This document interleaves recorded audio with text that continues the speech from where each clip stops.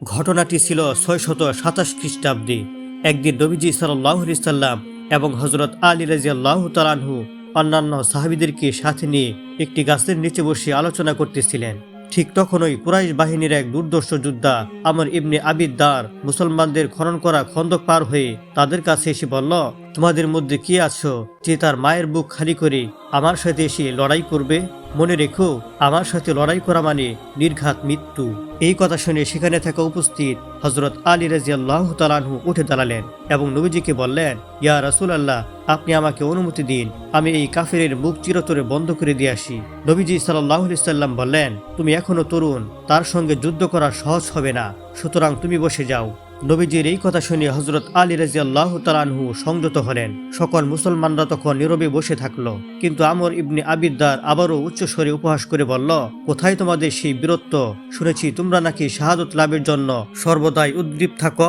তোমাদের আল্লাহ নাকি তোমাদের জন্য জান্নাত তৈরি করে রেখেছেন। তবে কে আছে যে আমার তরবারির আঘাতে শহীদ হয়ে সেই জান্নাতে যেতে চায়? এই বিদ্রুপ শুনে হযরত আলী রাদিয়াল্লাহু তাআলা আনহু পুনরায় উঠে দাঁড়ালেন এবং বললেন, ইয়া রাসূলুল্লাহ, আপনি শুধুমাত্র একবার আমাকে অনুমতি দিন, আমি এই কাফেরের মুখ চিরতরে বন্ধ করে দিয়ে আসি। কিন্তু নবীজি সাল্লাল্লাহু আলাইহি সাল্লাম আবারও বললেন, হে আলী, তুমি কি বুঝতে পারছো না? সে এমন এক যোদ্ধা যে এক হাতে উঠে লাগাম ধরে রাখে আর অন্য হাতে শত শত সৈন্যের মোকাবেলা করতে পারে, সুতরাং তুমি বসে যাও। নবীজির এই কথা শুনে হযরত আলী রাদিয়াল্লাহু তাআলা আনহু আবারও বসে পড়লেন। কিন্তু মুসলমানদের মধ্য থেকে কেউই সাহস করে সামনে যেতে পারল না। তৃতীয়বার আমর ইবনে আবিদ দার আবারও অজ্ঞতার সুরে বলল, হে মুহাম্মদের অনুসারীরা, তোমাদের অনেক দুঃসাহসের কথা আমি শুনেছি, কিন্তু আজ তোমাদের অবস্থা দেখে আমার মনে হচ্ছে তোমরা সবাই কাপুরুষ। কোথায় তোমাদের সেই সাহস? মৃত্যুর ভয়ে কি তোমরা মাথা নিচু করে বসে থাকলে? তোমরা কি কেউ আমার হাতে শহীদ হয়ে তোমাদের রবের সেই জান্নাতে যেতে চাও না? এই কথা শুনে হযরত আলী রাদিয়াল্লাহু তাআলা আনহু আবারও দাঁড়িয়ে গেলেন এবং দৃঢ় কণ্ঠে বললেন, ইয়া রাসূলুল্লাহ, দয়া করে এবার আপনি আমাকে যাওয়ার অনুমতি দিন, আমি এই কাফেরকে জাহান্নামে পাঠিয়ে দিই।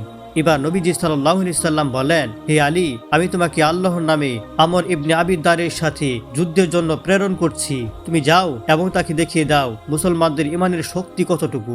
আল্লাহর নবী সাল্লাল্লাহু আলাইহি সাল্লামের অনুমতি পেয়ে হযরত আলী রাদিয়াল্লাহু তাআলা আনহু তার হাতে থাকা জুলফিকার তরবারি দৃঢ়ভাবে ধরে আমর ইবনে আবিদ দারের সামনে এসে দাঁড়ালেন। আমরের সমগ্র দেহ ছিল লোহার বর্মে আবৃত, কেবলমাত্র তার দুটি চোখই দেখা যাচ্ছিল।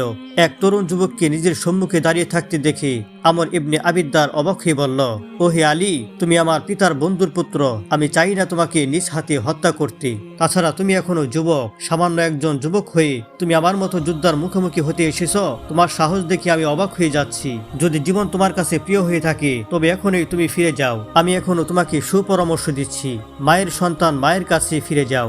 আমরের এই কথা শুনে হযরত আলী রাদিয়াল্লাহু তাআলা আনহু দৃঢ় কণ্ঠে বললেন, ও হে আল্লাহ ও তার রাসূলের শত্রু, তুমি কি জানো যে তুমি কার সামনে দাঁড়িয়ে আছো? আমার মা আমাকে আদর করে ডাকতেন হায়দার, আর স্বয়ং আল্লাহর নবী সাল্লাল্লাহু আলাইহি সাল্লাম আমাকে আসাদুল্লাহ বা আল্লাহর সিংহ উপাধি দিয়েছেন। তুমি মুসলমানদের বাহ্যিক শক্তি দেখে তাদের বিচার করছো, কিন্তু আমাদের প্রকৃত শক্তি তো আমাদের ইমানের মধ্যে রয়েছে। যেহেতু তুমি আমার পিতার বন্ধুর পুত্র, তাই আমি আমার হাতে তোমার প্রাণ সংহার করতে চাই না। তাই শেষবারের মতো তোমাকে আমি সুযোগ দিচ্ছি, তোমার পথভ্রষ্ট কুফরি মতবাদ ত্যাগ করে ইসলামের ছায়াতলে আশ্রয় গ্রহণ করো, আর তাহলে আমি তোমার জীবন ভিক্ষা দিব।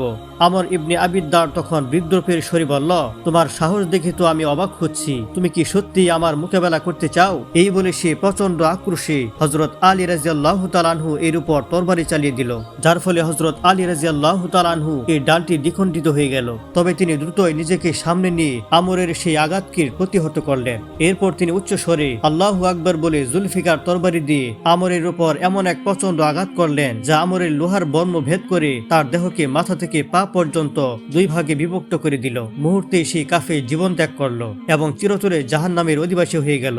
এরপর হযরত আলী রাদিয়াল্লাহু তাআলা আনহু আমরের লাশের উপর দাঁড়িয়ে বললেন, তুই কিভাবে আমার সঙ্গে মোকাবেলা করবে, পাথরের পূজারী? আর আমি তো হলাম রব্বে মুহাম্মদের গোলাম। এভাবে শেরে খুদা হযরত আলী রাদিয়াল্লাহু তাআলা আনহু তার অসাধারণ বীরত্বের প্রমাণ রেখে ইসলামের মর্যাদা ও গৌরবকে রক্ষা করলেন।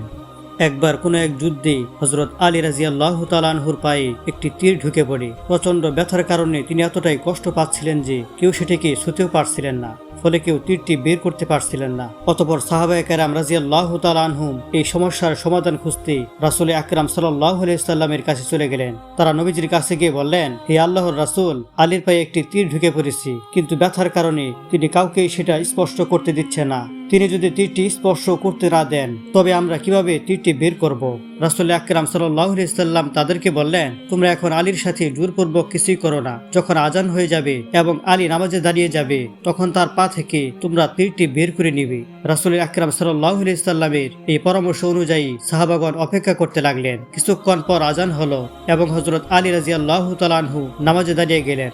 নামাজের গভীরতায় তিনি এতটাই মগ্ন হয়ে গিয়েছিলেন যে আশেপাশের কোনো কিছুই তার খেয়ালে ছিল না। এই সুযোগে সাহাবীরা ধীরে ধীরে তার পা থেকে তীরটি বের করে ফেললেন, কিন্তু হযরত আলী রাদিয়াল্লাহু তাআলা আনহু আল্লাহর প্রেমে এতটাই মগ্ন ছিলেন যে তিনি টেরই পেলেন না যে তার পা থেকে তীরটি বের করে নেওয়া হয়েছে। এই ছিল সাহাবায়ে কেরামের নামাজের অবস্থা। আল্লাহ ও তার রাসূলের প্রেমে তারা এতটাই মগ্ন থাকতেন যে দুনিয়ার সকল কষ্ট তাদের কাছে তুচ্ছ মনে হতো। সুবহানাল্লাহ।